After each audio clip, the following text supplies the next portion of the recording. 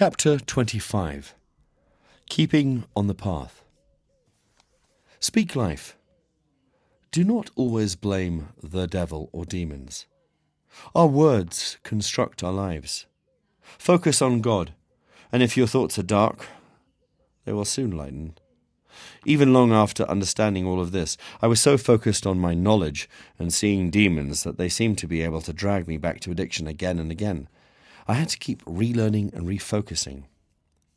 My final thought is that we have to have an almost childlike faith and just focus on God and trust He will win this battle for us.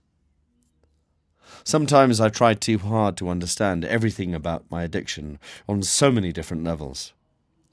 I struggle to understand why even after experiencing such powerful spiritual things, I would still fall into addiction. However, my conclusion is that we cannot possibly understand it all.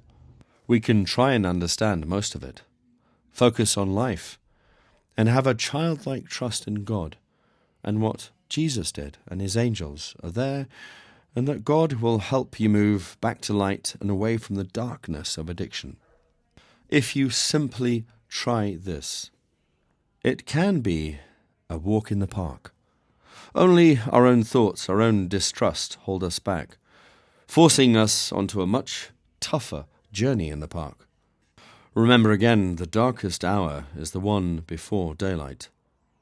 The journey is the hardest in its last stretch, the last meter of a 100-meter dash. Don't allow the negative thoughts to come in. Replace them. Focus on good and God. We need powerful faith in the final part of a journey, especially when after fighting so hard and so long. You cannot fail if you don't stop trying. The soul cries out in joy as it becomes whole again.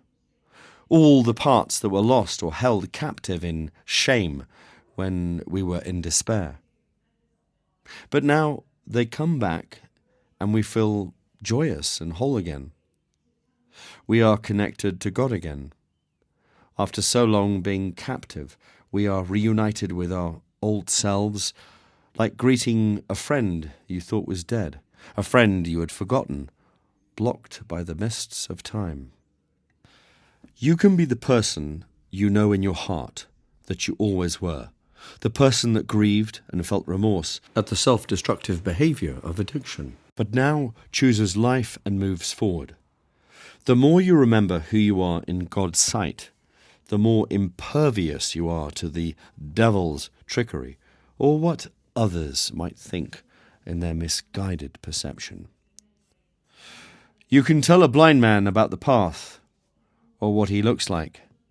He may believe you and fall, but he knows in his heart that which is true. And when he can see, your lies will seem foolish as he sees the truth.